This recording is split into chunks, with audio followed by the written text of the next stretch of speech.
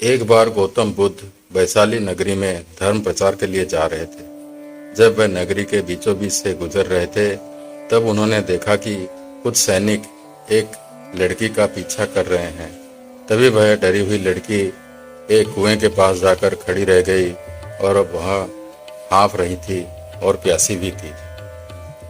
तभी बुद्ध ने उस बालिका को अपने पास बुलाया और कहा कि वह कुएं से पानी निकाले और स्वयं भी पिए और उन्हें भी पिलाए। इतनी देर में वह सैनिक भी वहां पहुंच गए। बुद्ध ने उन्हें हाथ से संकेत से रुकने के लिए कहा।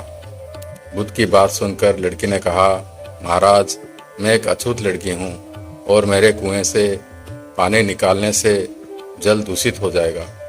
तभी बुद्ध ने उससे फिर कहा, बालिका, बहुत जोर की प्यास लगी है, पहले तुम पानी पिलाओ। तभी कुछ देर बाद वैशाली नगरी के राजा भी आ गए। फिर उन्होंने बुद्ध को नमन किया। बाद में सोने के बर्तन में केवड़े और गुलाब का सुगंधित पानी पीने के लिए दिया, पर गौतम बुद्ध ने उसे पीने से मना कर दिया। बुद्ध ने एक बार फिर बालिका से अपनी बात दोहराई। इस बार बालिका ने साहस के साथ कुएं से पानी निकाला और स्वयं भी पिया और गौतम बुद्ध को भी दिया।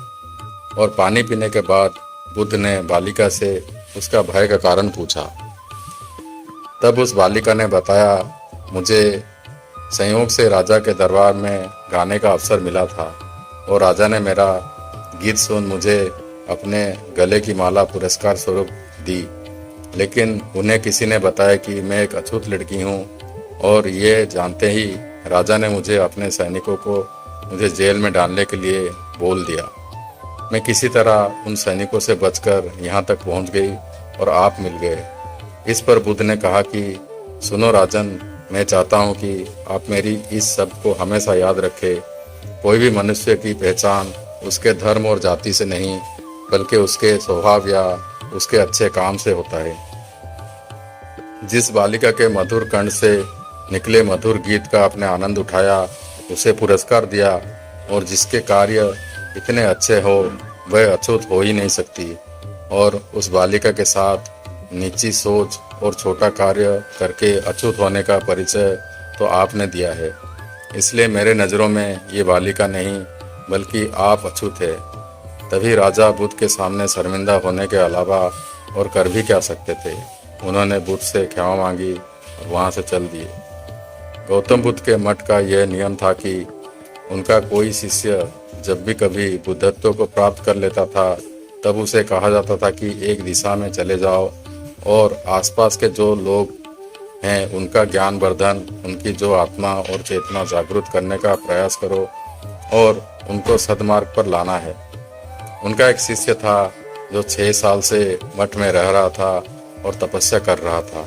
एक दिन वह परेशान हुआ और सोचने लगा कि मेरे गुरुदेव ने मुझे आदेश क्यों नहीं दिया। इस बात पर नाराज होकर वह गौतम बुद्ध के पास गया और कहने लगा कि मेरी तपस्या में ऐसी क्या कमी रह गई? क्या मैंने ज्ञान अर्जित नहीं किया और अब तक आपने मुझे आदेश नहीं दिया कि जाओ जाकर किसी दूसरे जगह पर अपना ज्ञान बांटो? और क्या मैंने बुद्धत्व प्राप्त नहीं किया है?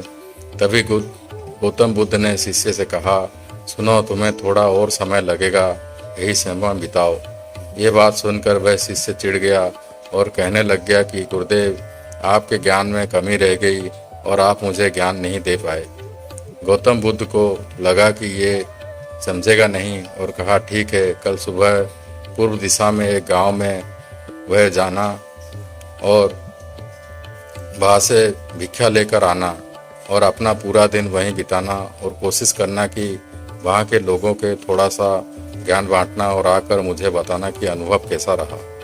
वह शिष्य बड़ा खुश हुआ और उसको लगा कि अब तो बात बन गई, अब मुझे आदेश मिल गया।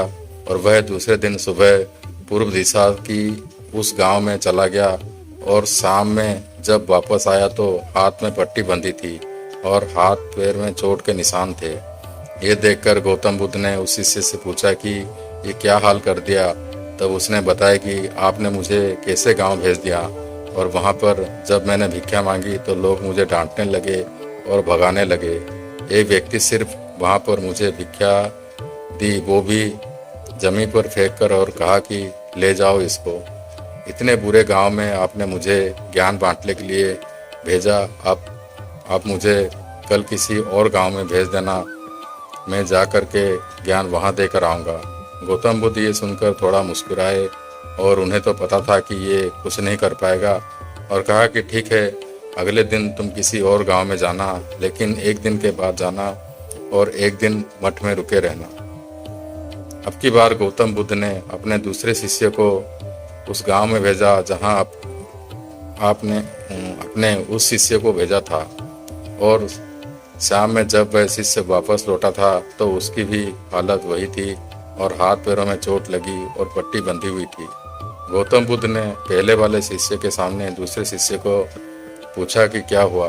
तब उसने कहा कि जिस गांव में आपने मुझे भेजा था वहां के लोग बड़े भोले वाले थे, भिक्षा दे नहीं रहे थे, और एक व्यक्ति ने मुझे जमीन पर फेंक कर भिक्षा दी और मैंने उसे स्वीकार कर लिया और उसे आशीर्वाद दिया कि तुम्हारा कल्याण हो। तो वह व्यक्ति चौंक गया और कहने लगा कि आप गजब का इंसान हैं, मैं आपको ज़मीन पर फेंक कर भिक्षा दी और आप मुझे कल्याण हो कि आशीर्वाद दे रहे हैं। तब मैंने उसे कहा कि मैं अपना कर्तव्य निभाऊंगा और आप भी बड़े दानी हैं और आपने मुझे भिक्षा दी है। उसके बाद मैं जब वहाँ से निकल रहा था तब मैंने देखा कि एक बच्चा बीमार था और मैं जंगल में गया तब वहाँ से जड़ी बूटी लाने, और जब मैं लौट रहा था तब कुछ लोगों ने मुझे पकड़ लिया और पूछने लगे कि ये जड़ी बूटी कहाँ लेकर जा रहे हूँ। तब मैंने उनसे निवेदन किया कि मुझे छोड़ दो, एक बीमार छोटे बच्चे की मदद करनी है, और तब उन्होंने मुझे छोड़ दिया। जब मैं गांव में वापस आकर उस बच्चे की मलहम पट्टी कर रहा था तो तभी गांव वालों ने मुझ पर हमला करने लगे। तब उस दानी व्यक्ति ने, जिसने मुझे ज़मीन पर फेंक कर भिक्षा दी थी, उसने गांव वालों को रोका और कहा कि ये ठीक व्यक्ति है और इसे अपना काम करने दो। जब मैंने जड़ी बूटी लगाई तो बच्चा ठीक हो गया और सब मेरे लिए तालियां बजाने लगे। सभी गांव वाले कहने लगे कि कल फिर आएंगे। गुरुदेव, मुझे कल फिर उसी गांव में भेजिए, क्योंकि वह बड़े भोले लोग हैं, समझते नहीं हैं, बस प्यार बहुत है, और अब की बार कोशिश करूंगा तो थोड़ी प्यार और उनके पास पहुंचाने का और ज्ञान आप उन तक पहुंचाने का। वो सब ज्ञानी तो लेकिन बस जब अनजान व्यक्ति से बात करने से डरते हैं। वो जो पहला शिष्य था जो एक दिन पहले उसे गांव में गया था, वह सुन रहा था और समझ रहा था और गौतम बुद्ध की चरणों में गिरकर बोला कि गुरुदेव, कमी तो मुझ में ही थी, आपने ज्ञान से बहुत सारा दिया लेकिन मैं उसे आचरण में नहीं डाल पाया और मैं अहंकार में ऊपर रखा और उसी गांव के लोगों को पहचान नहीं पाया और मार खाकर चला गया। और मार तो इन्होंने भी खाई लेकिन इनका अहंकार मिट चुका है और ये समझ चुके हैं कि वह लोग भोले वाले हैं और हमें उनसे अलग तरीके से व्यवहार करना होगा और ज्ञान को आचरण में डालकर उन लोगों तक पहुंचाना होगा। दोस्तों, आज के लिए इतना ही। वीडियो अच्छा लगे तो लाइक, कमेंट और सब्सक्राइब कर दीजिए।